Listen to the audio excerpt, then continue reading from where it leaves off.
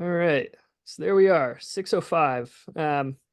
Well, good evening and welcome everybody. Thank you so much for being here. My name is Nate Hathaway. I'm the outreach manager at Hurricane Island Center for Science and Leadership. I've been there for this will be going on my fourth season now. I started as one of the captains and had a environmental education and maritime career before that. Um, and have just kind of worked my way into this position where now I get to share with people all the wonderful, amazing things that I like so much about Hurricane. Um, with that, we do have a few other staff in here, so I'll call you out, and if you can introduce yourself. Um, we'll start with Kyle because you showed up first. Thank you. I'm Kyle. Nice to see everybody. I'm the Assistant Director of Education. So I am pretty much on the island full time in the summer season. And this is also going to be my fourth season on the island. Great, thanks, Kyle. Mhm. And I think next to show up was Will. Thanks, Nate. Good evening, everyone. My name is Will Galloway, and I'm new in my role as the Director of Education and Programs as of October last fall. And I've served over the last 15 years as a head of an independent school here in Midcoast, Maine. And for the last 8 years, we've brought a group of students and teachers out to Hurricane Island. So I'm very familiar with the programming and the island itself. And I'm really excited to be in this role now, fully immersed as the Director of Education and Programming. So thanks. Great, thank you, Will. And then we'll go to Laura. Thanks, Nate. Hi, my name is Laura McGrath. I'm the program manager, and I too am relatively new to Hurricane.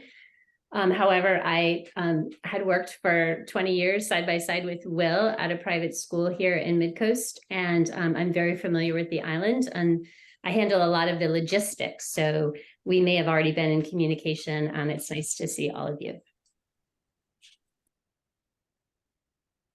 Awesome. Well, thank you all for being here. That's really the leadership of our educational staff, and so we're lucky to have you tonight. They'll be joined later on as the season goes by the seasonal staff who we hire, some of whom show up for 6 months, some of whom show up for a shorter period, kind of at our peak season from, I would say, July through early September. And then sometimes we'll occasionally hire on more. I think we just are close, if not have just made an offer to another year-round educator. Will be another familiar face. But that being said, let me swap over here and start screen sharing. Can everybody see that okay? Yep. Okay, terrific. So welcome again to the Hurricane Island Summer Program Q&A. And I'm going to just open with a little bit of information about the island itself. So there it is from the sky. We're in Maine's Penobscot Bay, and we're kind of at the mouth of it. We're in an estuary. The whole Gulf of Maine is an estuary, but in a more local, hyper-regional context, the Penobscot River is flowing out of the north, and then you've got the Atlantic Ocean to the south, and that kind of creates this gentle gradient of fresh to salt water, which is really kind of a nursery habitat for a lot of species, and can bring with it a lot of biodiversity with that gradient from fresh to salt. One of the things that I'll have you notice here is the big, what looks like a dark pool in the southern end of the island. That is the old quarry, which we'll get to in a second. And that's where all our fresh water comes from. Because we're an island, we're really not connected by a bridge or anything other than the boats that we have that go back and forth, and some of the boats that we contract with. So it puts us in a little bit of a different context as far as our ability to immerse in nature, but also what you can't see from this angle is it's about a 10-minute skiff ride to the nearest town, which is on the island of Vinalhaven, right next door to us, which is a big fishing community that we reach out to for a lot of our community-driven research. There's the view from the western side of Penobscot Bay.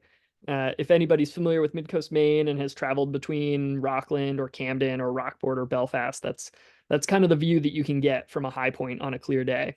We're the biggest island there, surrounded by the White Islands, which we sometimes visit. And let's see, there's just sort of another more traditional map view. You can see Rockland, that's where our offices are. During the day, that's where you can find us and where groups will depart before heading to the island. It's a granitic pluton, which is one of my favorite vocabulary words as I've been learning about the natural history of the Gulf of Maine. So these crazy big like granite extrusions that came up through the mantle, I guess, in the Earth's crust, however many millions of years ago. And that's pretty clear as you stumble around the island. You can see some of the big granite blocks that are there that we've built on, and that's kind of our main campus. You've got our mess hall to the left, which has our offices on the island above it, as well as our first aid station as part of that complex, and also our galley, or our kitchen where we cook all of the meals. To the right, you can see the swallow's nest. It's equal parts bunkhouse and classroom, and you can see the big solar panel array that's there. As I said, we're not connected to the mainland or to the neighboring island of Vinalhaven. So we're generating all of our power with these solar panels. We're on a solar microgrid, if you want to get very specific. And then up the hill from that, you can see the classroom, which is another indoor space that we'll use because it does sometimes rain on the coast of Maine. But most of the time that we spend is outside, which is just part of enjoying the beauty of the island. And even further up in the center, you can kind of see it barely sticking out, is one of our restroom and shower facilities. And it's got the really cool kind of like heated water tube technology on the roof of it. Again, trying to minimize what our power draw is. And that facility gets its fresh water from the quarry that I pointed out in the picture before. So that quarry fills up with fresh water, and then our island has been licensed by the state to have a freshwater drinking system. So all that water gets pumped from the quarry through a filtration process up to the top of the hill, and then gravity kind of feeds it back down to the different facilities that use the fresh water. So it is a bit of a learning experience where we can have our cake and eat it too, around being sort of in the backcountry and in this natural kind of campy wilderness setting, but also having the luxuries of hot water and Wi-Fi. It's a nice view from one of the high points from Sunset Rock. And now we can kind of get into the history. So about 100 years ago, actually a little more, kind of like the 1870s, Hurricane Island was densely settled as a granite quarry. Reports show that there were close to 1,000 settlers there. The previous settlers would have been the Wabanaki and most likely the Penobscot tribe Indians, who were there before and would have used the island as kind of a jumping off point for a lot of fishing, and certainly hunting. I mean, there's still deer on the island today. But most of the history that we know about so far is from this granite quarry era. So like 1870s to just about the turn of the century, 1,000 people. There's still the foundations of a lot of these buildings around. And still some of the pieces of the machinery and even big cut chunks of granite that are there. So it's some interesting history that we dive into. There is sometimes an adult program that we'll run with an archaeologist who comes and digs. So if that's of interest, definitely reach out and we can talk about it. but a pretty multicultural group. I want to say I've heard that it was 5 different nationalities that were represented across from Eastern Europe to Southern Europe, as well as some of the at that point, second or third generation Americans. And there's some of the remnants there of some of the big machinery that they used to create I think the pneumatic pressure to drill into the granite quarries. And then you've got the campus today. So we've got a big focus on the solar panel. You can see the big array there again on the bunkhouse. And some of our gardens in this picture. There again is one of our greenhouses, and we've got a larger garden that's kind of tucked between the 2 summits on top of the island.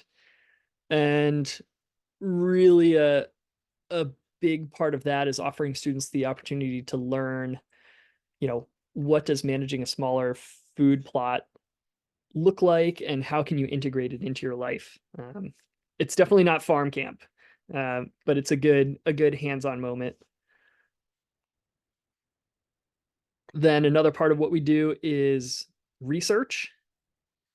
So here you can see 2 of our scientists from a few years ago, and they're sorting spat bags, which Kyle may speak about later, but it's kind of the ongoing research that we have on hurricane. I really think of the organization kind of as a tripod, and I'll get to the next piece of the tripod in a second here. This is our newly built Hurricane Island Field Research Station. We're sort of branching into the undergraduate and graduate and professional level marine research world.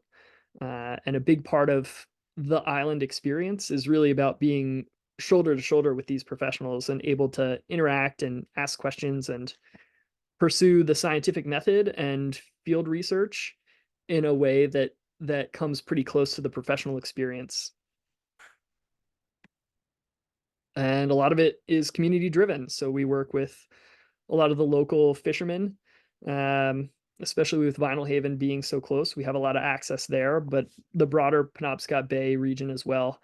For those of you who don't know, the Gulf of Maine for several years now has been touted as the fastest warming body of water on the planet, which is definitely cause for concern, but it's something that would only be worse if it was a missed opportunity to research what's going on and be able to have the conversation about what we can do about it.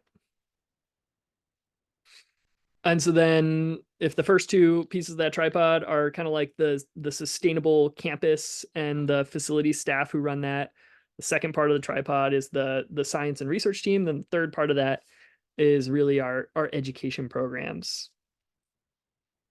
So here we've got a group of students that are out at our experimental aquaculture lease site, working with our aquaculture farm manager. And that experimental site is just a place that's open for us to try new things, whether it's new kinds of gear or new kinds of aquaculture. Right now we have a lot of scallop aquaculture that we've been doing, which is a relatively new thing to do in Penobscot Bay and in the East Coast of the US. So it's just a great hands-on opportunity, and we do stuff year round with some of the programs, some of the schools that are local too. Things like testing out 3D printed aquaculture gear, and different technologies. And, for as much as we're surrounded by water and there's a lot of marine education to be had, both coastal and on our boats, there's also a really cool island ecosystem. As you can imagine, without the ice forming in Penobscot Bay the way that it used to, it's created kind of a bubble of species isolation where things don't migrate in as much as maybe they did in years past. So it's a cool, very like mossy, mostly spruce, I would say, forest, and just has a lot of opportunity to study. And here's kind of like the classic intertidal zone shot. Maine has really high tides compared to the rest of the US. I'd say unless you come from like Washington or Oregon, these are probably some of the highest tides that most of our students ever experience. They're roughly 10 to 12 feet. So there's a lot of difference from 6 hours to the next. And it's a really fun thing to go and explore. And then we've also still got a lab setup. Sometimes it's dissection, sometimes it's microscope work. But again, more often than not, we're outside.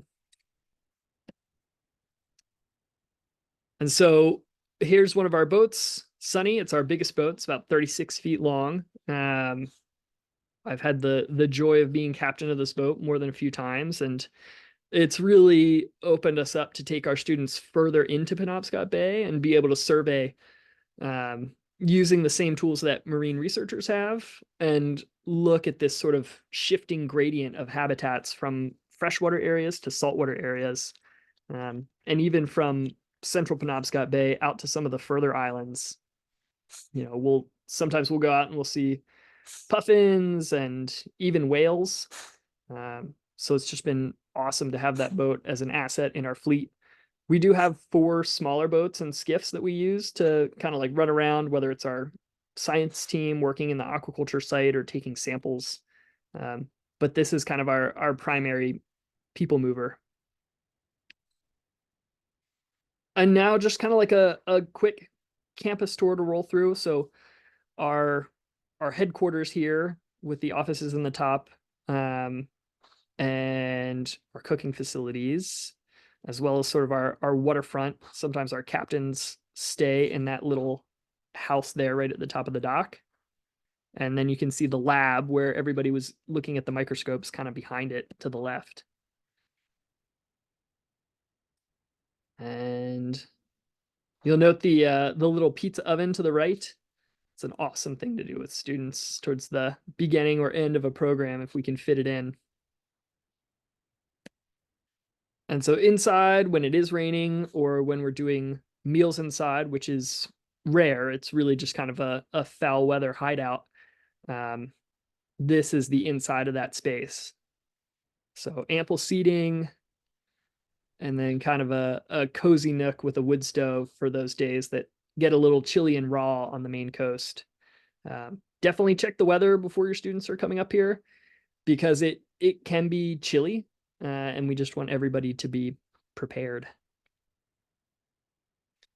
Next building we'll take a look at is the swallow's nest.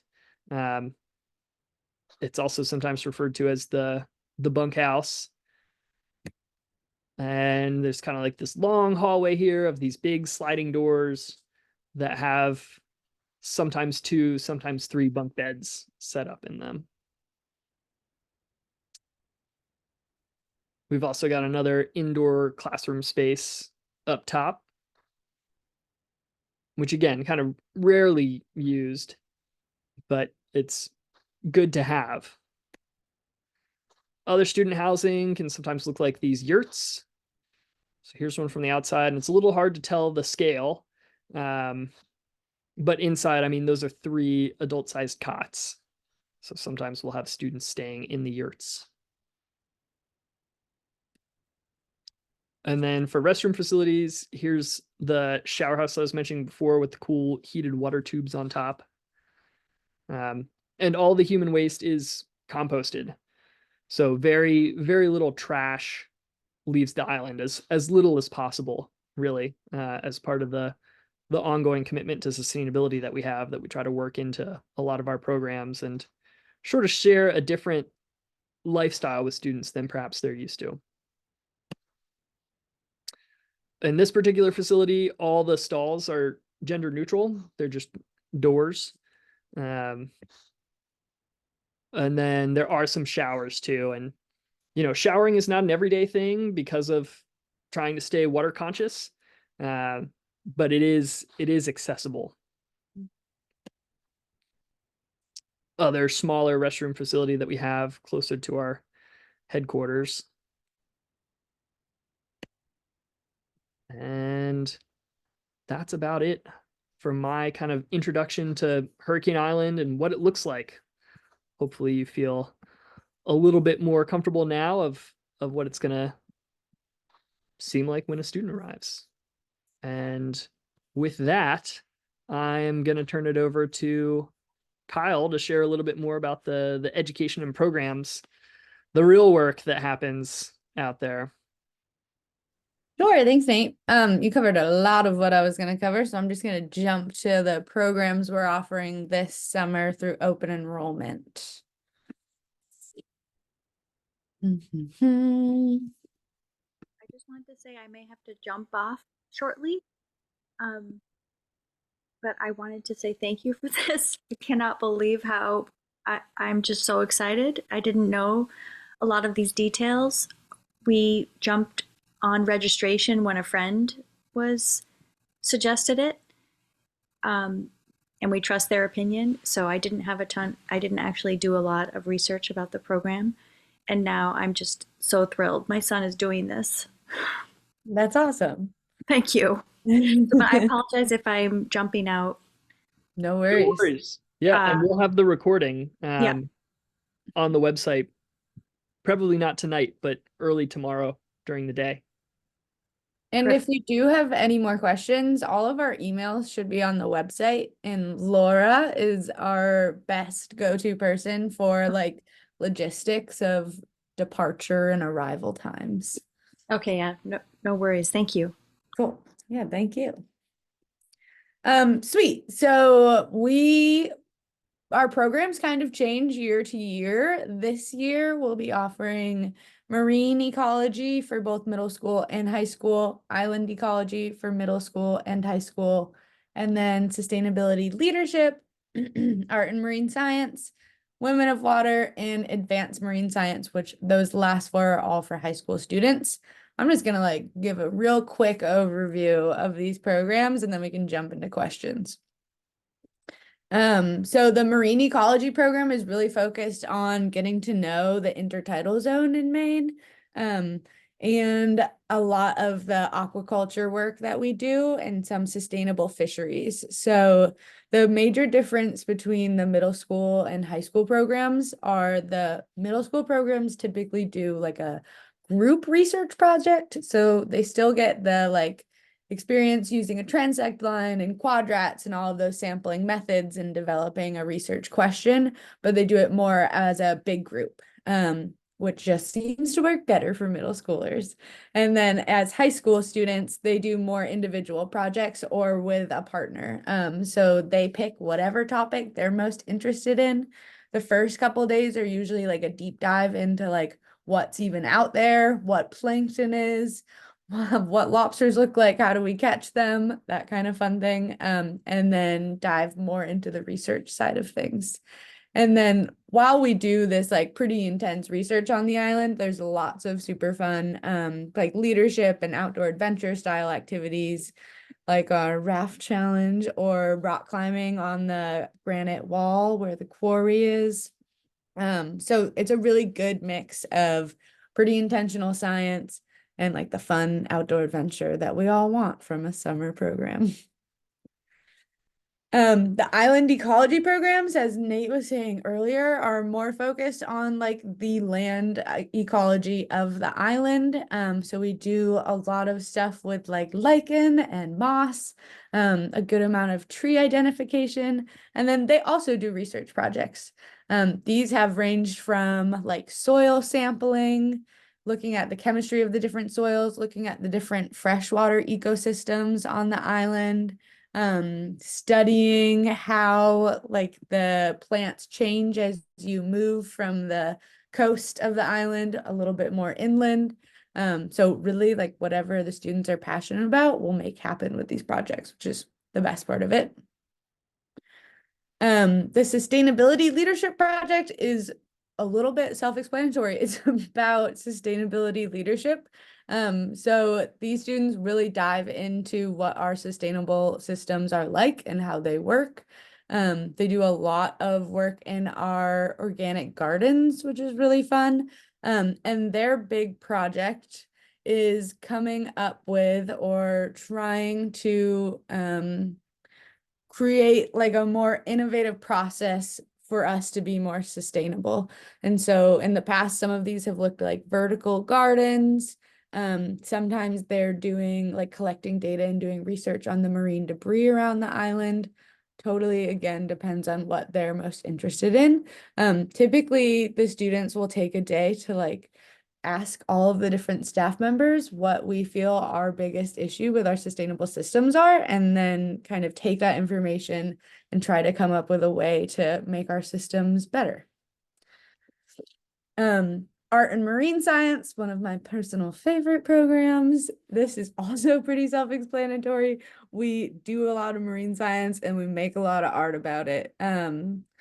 We've done a bunch of different projects in the past. This year, the art and marine science program is going to be a little bit more focused on scientific illustration, but there will still be all the fun like printmaking, making of sculptures, hopefully more fish prints.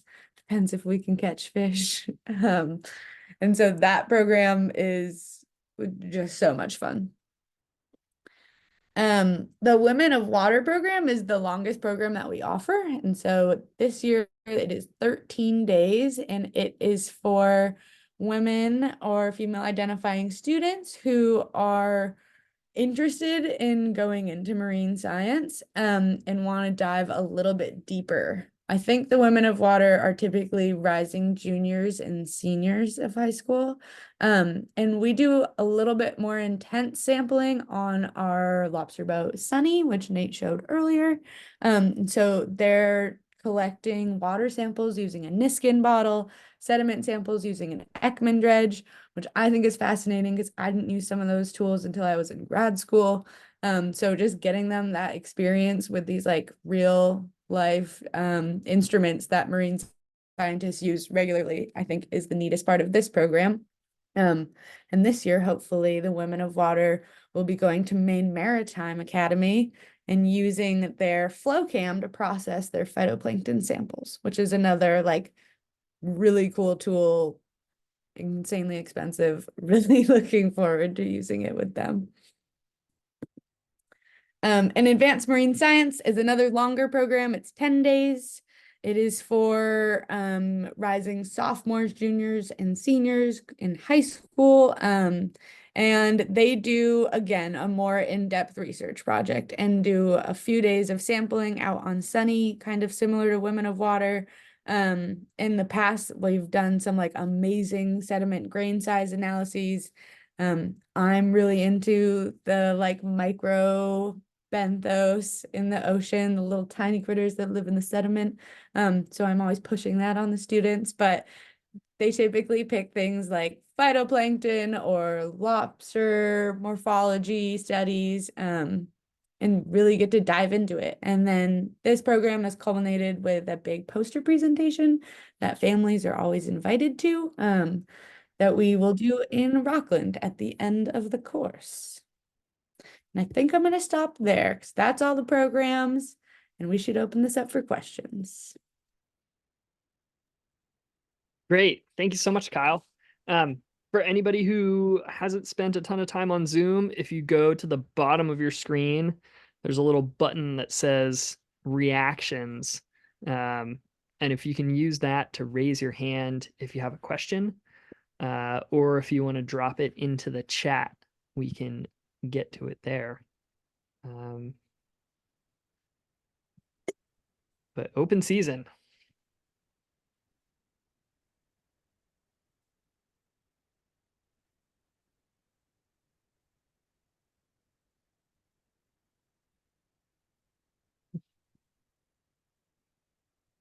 All right, so I've got Jackson showing up first.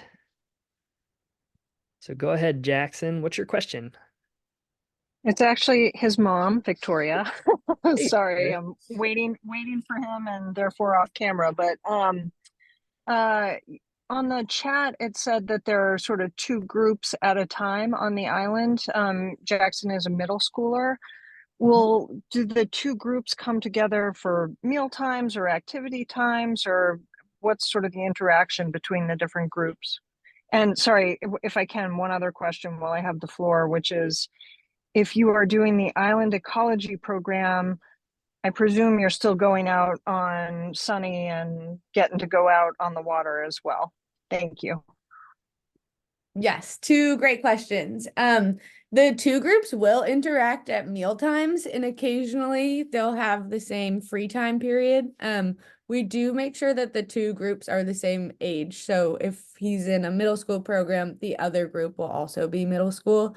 And so there's a little bit of interaction, but not a whole lot throughout the day. But they will be staying in the bunkhouse together. So almost always both of the groups mesh super well together and have like their free time, downtime together, and end up with friends in both of the programs. To answer your second question, yes, Island Ecology does a lot of the boat stuff as well.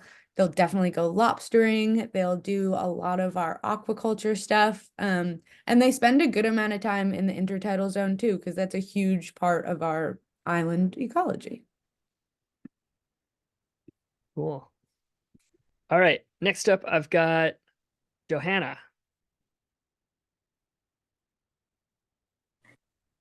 Hi. As a Midwesterner who has never been to Maine, I am obsessing over the packing list because I'm so afraid that my child is not going to be warm enough or dry enough, or she's going to be too warm and everything like that. And I feel like the packing list is like the LL Bean catalog. So anything you want to say on it? I mean, yes, I literally look at it every day and think about it at this point that it has become my life obsession to make sure I give my child the things she needs to pack. So is there anything you want to say further besides telling me to take anxiety medication? Yeah,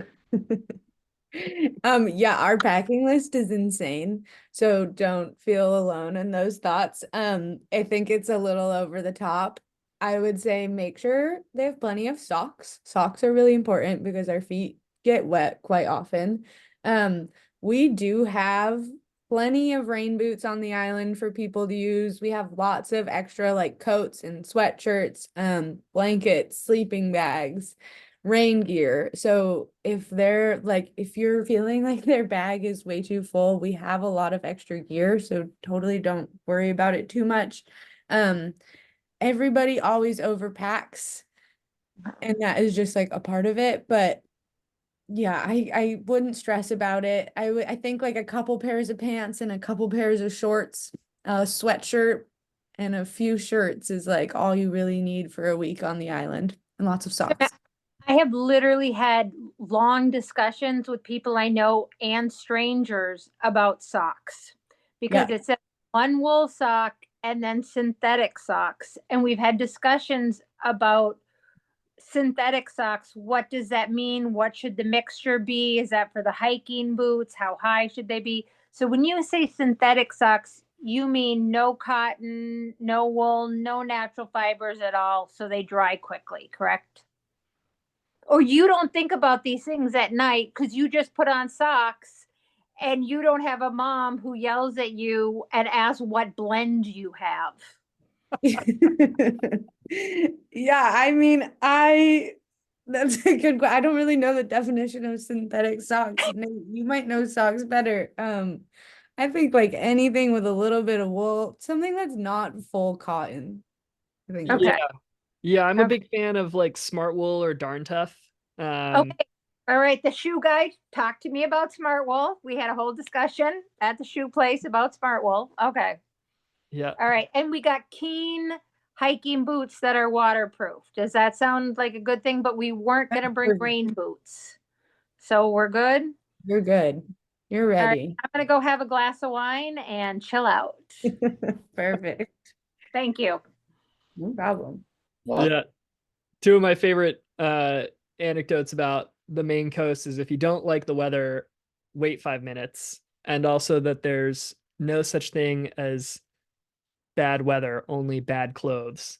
So being prepared is pretty key, because it does change. And you can have one day where it's like 60 and overcast and you're chilly, and you can have the next day where it's like beautiful blue skies and 78 degrees, which once you're acclimated feels like 90 in the sun with no breeze.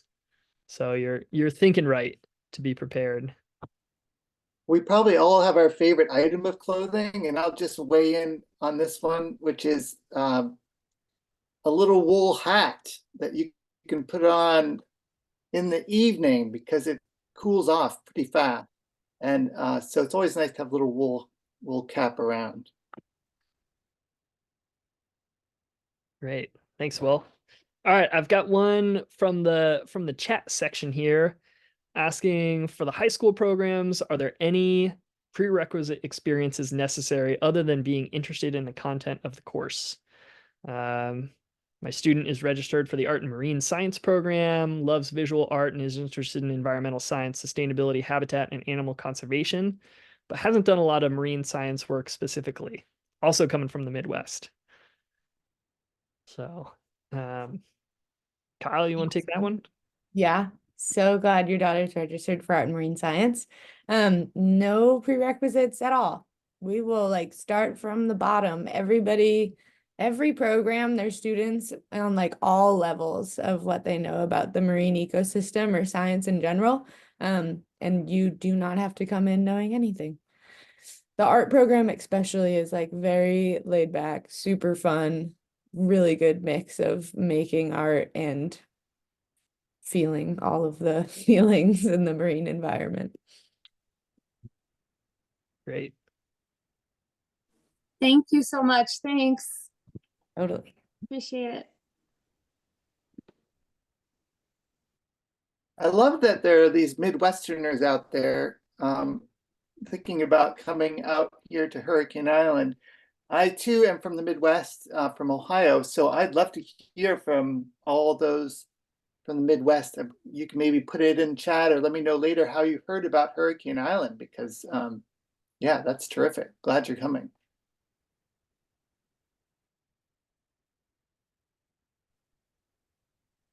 Hi, can I ask a question? Yeah, please go ahead, Elise. Hi, thank you so much. So I've actually registered two of my daughters, but for different programs. So Laura, we spoke on the phone. Thank you so much for your time. So I registered one daughter for the marine ecology and then my older daughter for women of water. So my older daughter is going into 11th grade.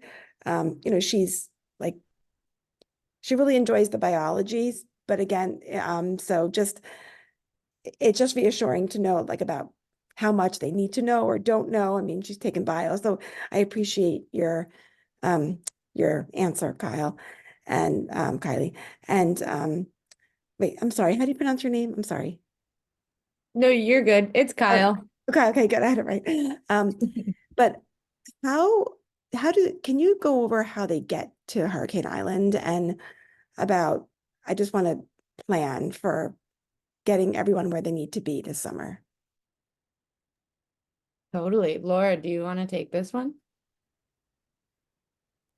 Sure, absolutely. Thank you so much, Elise. Nice to chat with you too. So what we'll do, the open enrollment programs are going to meet at the ferry terminal in Rockland. And as a general rule, the open enrollment programs meet to take the 245 ferry from Rockland. It's an hour and 15 minutes to Vinyl Haven, where we get off that ferry and we wait for Sunny, or Sunny may be there waiting for us. And then we take a 15-minute ride to Hurricane from there. And then coming back, we generally take the 10:30 ferry out of Vinyl Haven and arrive back in Rockland at approximately 12 o'clock. 11:45. Yeah, it's an hour and 15. Okay. It's helpful. So the day that the trip starts, we should be in Rockland to take the 245 ferry. Okay. That's correct. Do we purchase ferry tickets, or is that Is that Nope. something that's like already done as part of Yeah, the? that's already done. Someone will meet the group. We'll have somebody to escort the group on the ferry. We'll have the tickets ready, and we'll gather everybody up, do a little meet and greet circle, get on the ferry, travel together, and say our goodbyes to our parents. And yeah. Okay. Okay. I just want to clarify that the parents don't go on the ferry. We I do our thi- goodbyes in Rockland. I figured, but I appreciate the clarification. Okay.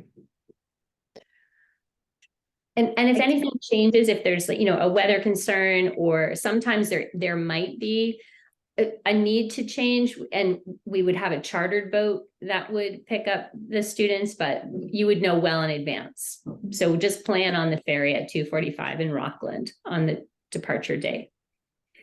Okay. One other question, you were talking about like their stuff. Do you recommend for like how they have to bring it? Like, I mean, I want to make sure that they can carry it themselves. Is like a suitcase on wheels, or is it better like the backpack style duffels? Just wanted to know what is recommended for how they have to move around. As somebody who has often unloaded the boats or helped unload the boats, I think it's sort of a tie between duffels and a bigger backpack. I mean, I know duffels seem to be more universal, more folks have them, as opposed to like a bigger backpacking style backpack. The students don't typically have to go. I mean, the island is only 125 acres, and it's like maybe 100 yards or a little more than that to either of the sleeping areas for the students. So it's not far. But you're not going to be dragging like a hard suitcase with wheels across the gravel that we have on the island. Yeah. So like a duffel bag with a shoulder strap is good. The temptation there is to fill it, but you Right. don't So have like to. it sounds like a duffel that also has wheels is not really going to be a good Yeah. fit. Yeah. I mean, So- yeah, at the end of the day, like if it's not a deal breaker if you don't have like a big backpacking backpack that you Got can it. throw everything in. Okay. If Thank you've you. got, yeah, like if you've got a high school senior or something who's thinking about doing a lot of outdoor stuff and they're like, oh, like maybe now's the time to get a backpack. That's awesome. That's easy. Like that's usually what I use when I'm going back and forth on the island. But yeah, like a nice soft duffel is totally fine. Or like the duffel and regular backpack combo is totally doable. Thank you. Mhm.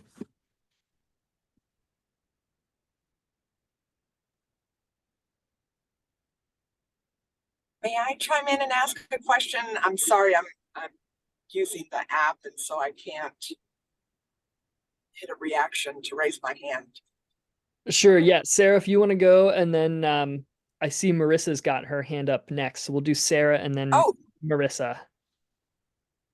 okay. Thank you. I just want to make sure, are y'all still taking students? Like, is your registration and application still open?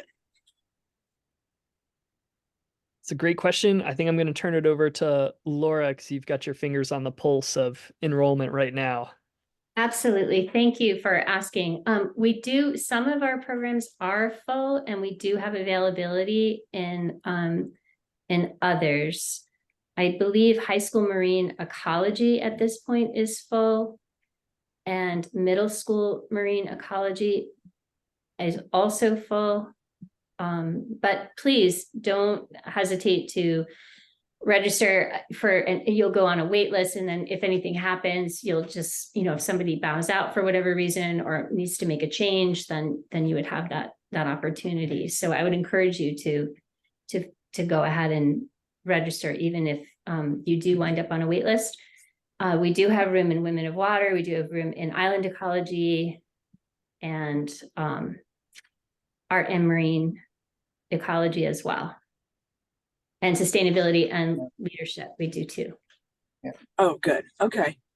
And then are there any students who just, I mean, do parents typically get the student all the way to, what was it, Rock?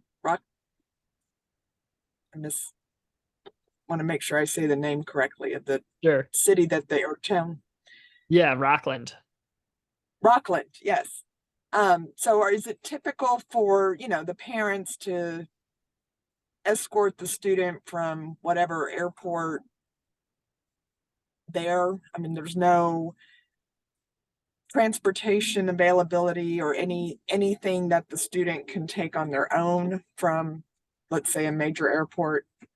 We're from Texas, so I'm trying to gauge like how feasible it is for me to also be involved in getting her there and getting back. Sarah, that's a great question. We do have a tiny airport in Rockland, the Knox County Airport, and we have in the past organized helping students who flew into that airport get picked up and brought to a program. So if that's a Okay. major concern for you, I would reach out to Laura or myself or both of us, and we'll try to make something work. Great. Thank you. She is almost 18, so this wouldn't be a middle schooler. All right, thank you. Totally. Great.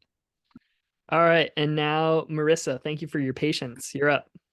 Yeah. So if the kids get sick and you need to pick them up, how does that work if they're on an island? Like, do you just bring them to Rockland and the parents pick them up there, or what do you do? Yeah, also a great question. Yep, we will have an educator go over with them on the next ferry, and ride over with them, and usually the parents, typically parents are coming from all over, and so we usually will bring the sick kiddo to our office, and our first floor of our office has couches and a little hangout area, and we'll just wait there with them. Great, thanks. Mhm.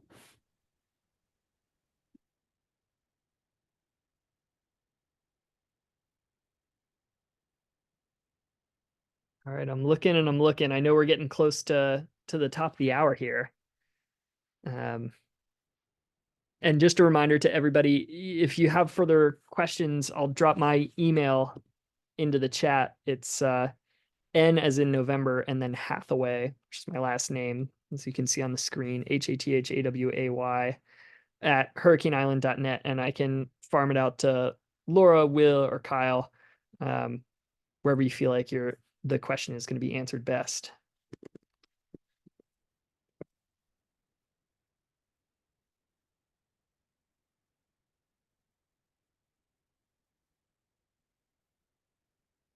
Ooh, good question from Mandy. What's the technology policy on the island? Cell phones, etc. That is a great one. I'm happy to answer, but Will or Kyle, do you feel like you want to take this one? Well, I'll chime in, but Nate or Kyle, don't hesitate to add. We really see this as an opportunity to leave the cell phones behind and really take advantage of this setting and the opportunity to be with one another. So if there is a specific need for a cell phone, then that would probably be something that would be handed over to an educator so that they could have access to it. But Kyle or Nate, you could chime in, but typically we would not be using or accessing cell phones on the island. And we do have Wi-Fi, but that's really not something that the students are accessing or using on a regular basis. Yeah, I'll say that we ask that the students don't bring phones. We get really poor service out there for the most part. Well, most cell carriers do. Some get good service. And we don't give them the password to the Wi-Fi, so there's really you can't really use them anyways.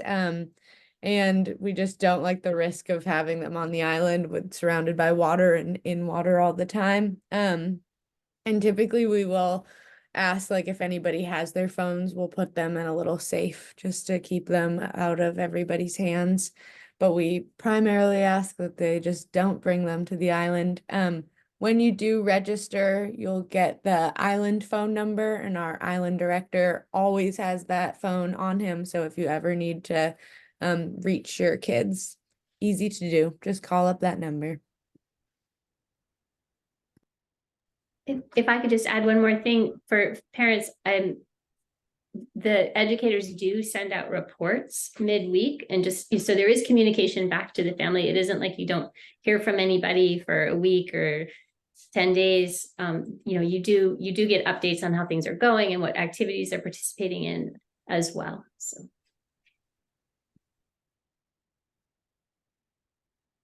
Awesome. Thanks, team.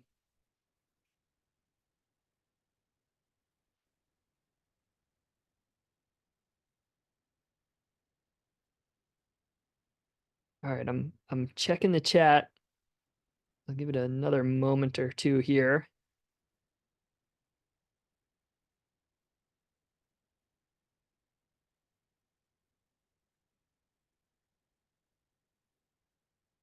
But so far it looks all quiet on the Western Front.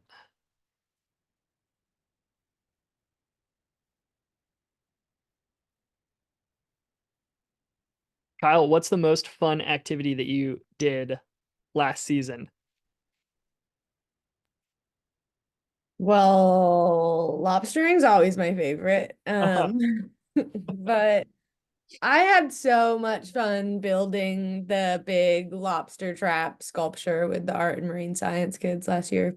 Sure. That program really pulls on my heartstrings. Yeah. It's one of my favorites too. Yeah. Yeah, that's probably it. I did have I had a group in the Women of Water program that really wanted to do their research project on lobsters, and so that was really cool because we went out every day to check my traps, which I don't usually get to do. That was a really fun project to be a part of. Cool. All right, I did get another a more trivia question. Something I didn't mention in my brief overview of the history was Outward Bound. And so after the Quarry era, but before Hurricane Island Center for Science and Leadership, there was Hurricane Island Outward Bound. And most folks agree that they started in 1964 and kind of ran into the early 2000s. And then we started up formally in 2009. And part of that was just the logistics. Outward Bound was running a lot of trips and wanted a mainland base to operate out of. So they still exist. They're still called Hurricane Island Outward Bound. So there's some confusion there. And we do have the same founder. So it's not all in spite or bad blood. And we're used to that mistake quite often. But when was the last Outward Bound class there? I guess that would have been like 2002, but they do still come to the island from time to time on their stops. We have moorings on the eastern side of the island where visiting boaters can tie up because we do have trails that are open to the public. And we're also a part of something called the Main Island Trail Association, which helps provide public access to islands. And so there's some campsites on the north end, and sometimes Outward Bound will come and stay at that north end campsite.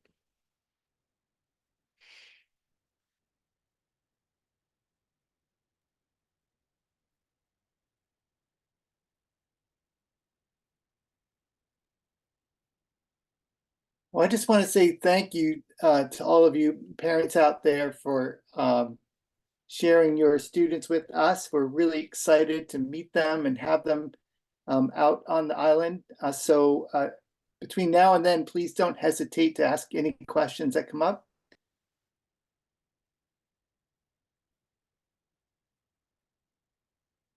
Did Will freeze for anybody else?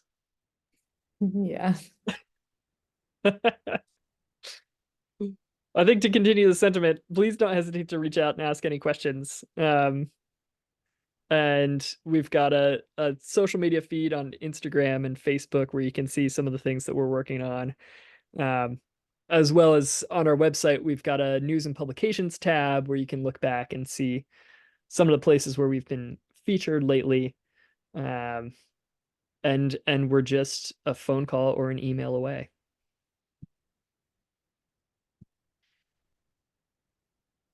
Great. So with that, I think nice and tidy, we'll wrap it up at 7 here.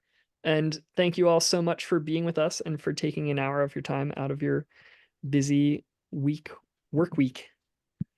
Thank you. Thank you so much. Thanks for Take care, coming. everybody. Thank you. you. Thank you. Appreciate it. Bye.